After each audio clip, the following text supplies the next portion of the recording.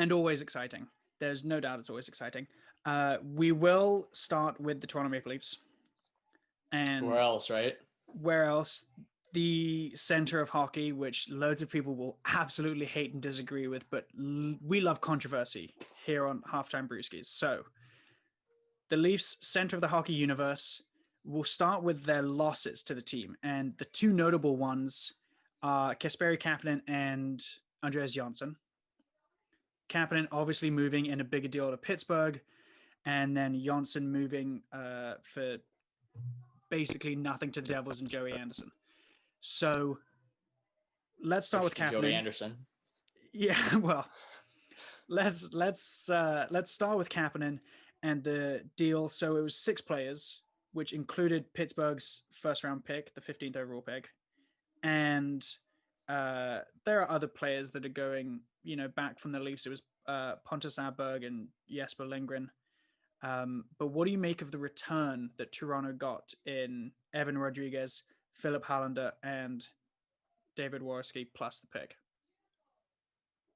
Well, I think we can take Evan Rodriguez off that list. That was some backroom stuff.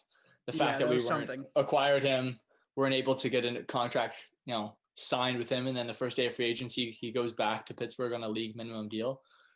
Something's a bit off about that. A bit shady. So I don't get why we acquired him if he was 100% going back to Pittsburgh in the first place, but that's neither here nor there.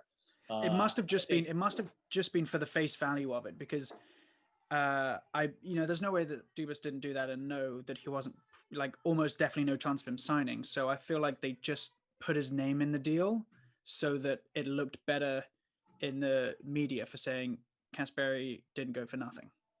Well, I think Kyle probably had every intention of re-signing him, to be honest. I thought he was going to get, a bottom kind of pairing kind of guy for the forward depth. And obviously Evan Rodriguez had probably spoken to Jim Rutherford about already coming back and felt comfortable with him going in the deal because he knew that we weren't going to qualify him at over $2 million. So, but that's neither here nor there. I still think the trade was probably one of the best trades pulled off this offseason for any team.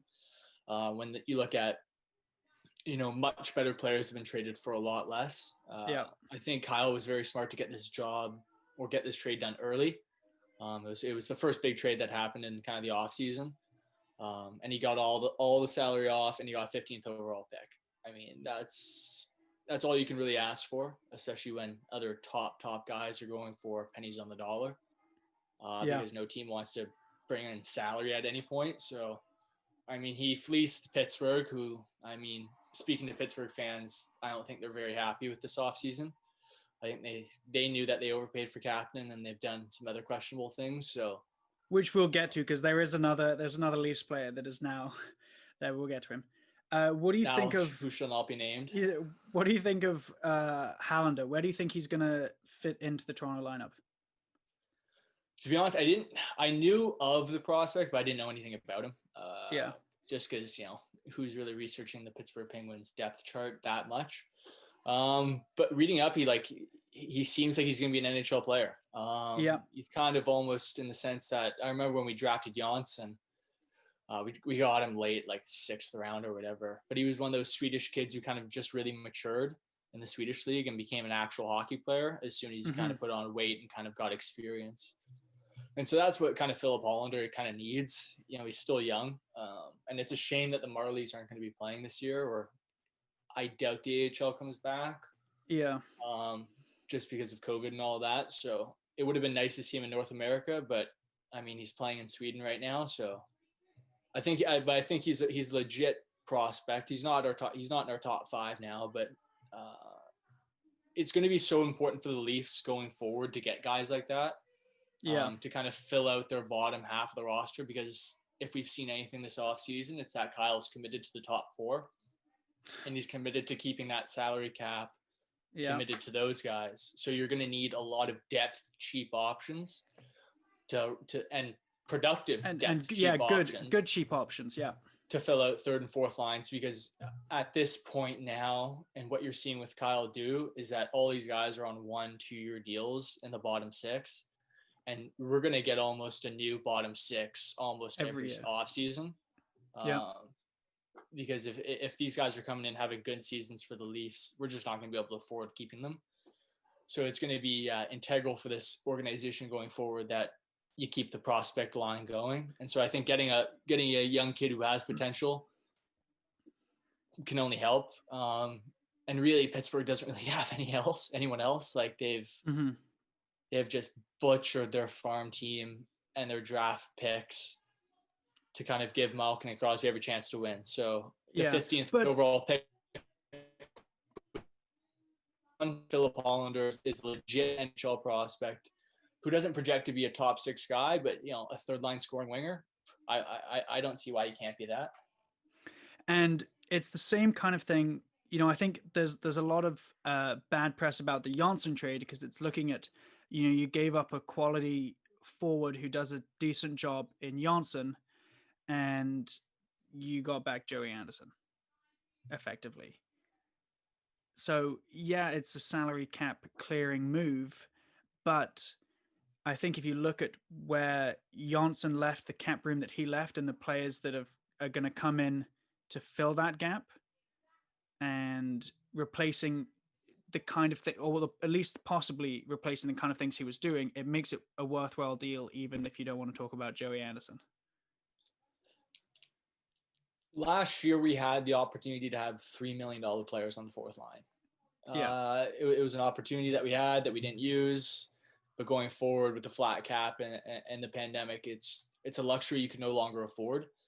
So Kapanen is being your third line right winger, making 3.25 or whatever he was making. That it's just not going to work. And the same for Johnsson, because in all likelihood, Mikheyev is going to be on that top 6, and he's much more of kind of a fit for playing with John Tavares. So you can't have a 3.4 million third line left winger. So Kyle kind of has hands tied. Now I agree that maybe you can criticize the trade, but again, I go back to in an off season where no one wants to take on money. The fact that he was able to get him off the books and get anything in return is it's impressive. Probably decent value. Yeah. You also look at the other trade that New Jersey made. They got Ryan Murray for a 5th round pick. It's teams that have salary cap space are able to kind of almost cherry pick the players that are kind of caught kind of in that no man's land. And so that's what New Jersey did. And so New Jersey's been very clinical in the sense that in how they're kind of getting players this offseason. But I mean, Toronto needed to get him off the salary cap. So there's 3.4 coming off, and we need to redistribute that. And I think we have for the most part. And from hearing from people, Joey Anderson's going to be an NHL player. So it's not like you got picks or futures. Joey Anderson's ready to kind of contribute in a sense now. Maybe not in a big impact, but he's ready to at least play in the NHL now. So probably, yeah. From that aspect, it's a good deal because you need to get that salary cap off. And to be honest, Johnsson's had 1 year where he scored 20 goals. He doesn't have a long track record of being successful in the NHL. So I still like him as a player, but it would have been a risk to kind of keep him and maybe trade Kerfoot. Yeah. Because that really exposes your center ice position. And now, also, to be fair, this was all before Thornton signed. So, but also the fact that one of the guys that came in is Jimmy Vesey, who played with Kerfoot. At Harvard, at college. So they both, and they were, I think they finished 1 and 2 in scoring when they were playing with each other. And they had VC won the Hobie Baker that year. Yeah, but they had really good chemistry, is the point. And so you're losing Johnsson Shaw, who's proved that he can produce, although he hasn't necessarily produced consistently, but he has, with a guy in Jimmy Vesey who is good. Not good enough to be demanding as much money, so you're getting a better deal, and it's possible he finds his scoring touch again with Kerfoot, and he's only making $900,000. Well, I think that's exactly the point, is that you can look at the production that you were going to get potentially from Johnsson. Maybe he gets a 20-goal season, but at the same time, maybe VC gets a 20-goal season. I mean, his first 3 years in the league, he had 16, 17, and 17. Yeah. So there's no way that it's not a stretch to say he could get 15 to 20, and he's making 900 grand. He brings you more size. Like VC's a big kid. He's 6'3". Yeah. So he kind of goes along that kind of getting bigger, a little more grittier. And so at that point, you kind of look at, you have two similar players who are going to give you similar production, but you can get one for 900 grand, and you can get a prospect for the other one. Move? Yeah, it's yeah, it's the kind of thing where Dubas gets a lot of issue and hate from a lot of Toronto fans because he hasn't necessarily, everybody looks at the deals that he's made with Matthews, Marner, and Nylander, and you kind of think of it as like he doesn't really know what he's doing. He's going to just try and keep, there are loads of criticisms of him, but I think this is the first off season where you can genuinely look at it and say he's done a good job. He's made moves that have helped the team for the future by getting the money off the books and at the same way making it currently better. And that's where we'll get to the additions of TJ Brody, Wayne Simmons, Zach Bogosian, recently Joe Thornton. But one guy who came back, who is a big thing for coming back, is Spezza also coming back, which I think is a much bigger, people made a big deal out of it in Toronto, but I think it's a really flew under the radar good deal for the Leafs to bring Spezza back too.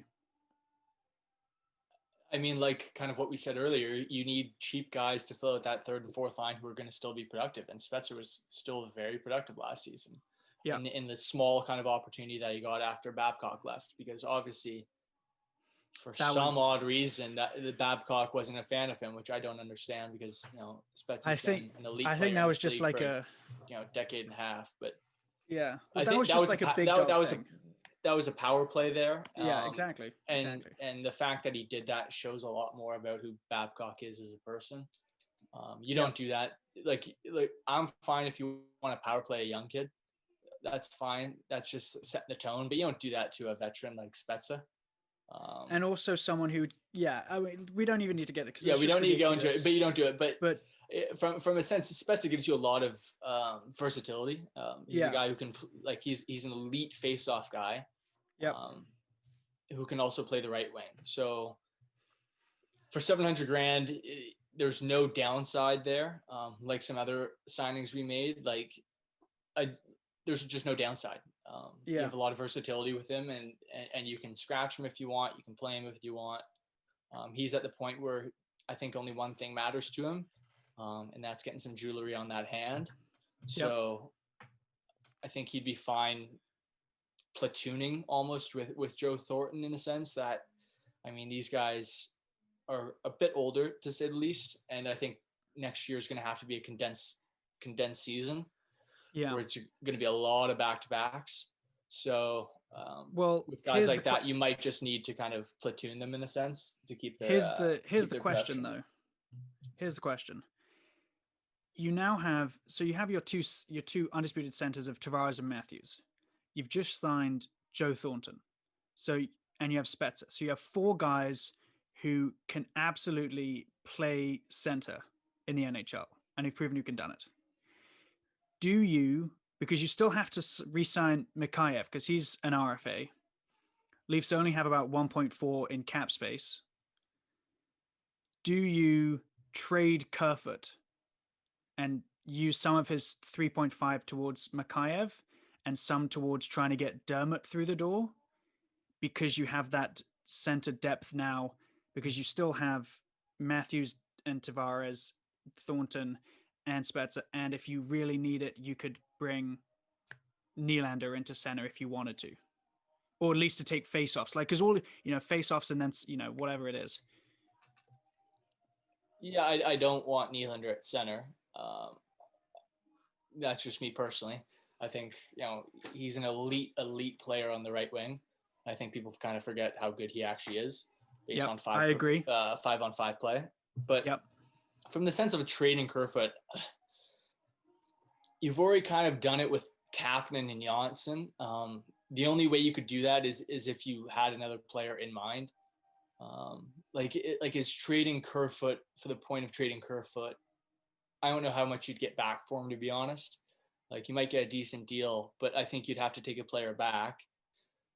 And so are you really gaining that much salary cap to then, like, I mean, Mikheyev's going to arbitration, so he'll get a number and you work either around sign him it. to that or either sign him to that or you let him walk. But like Mikheyev was free money to begin with. Like he was a European free agent. Like we gave up nothing to get him, and we got half a great season from him before he had that unfortunate injury. And I think in a way that's obviously going to help the Leafs because of his injury. Yeah. But it'll be tough to lose him based on what we saw out of him and the style he played and just being actually a really good foil on that Tavares line.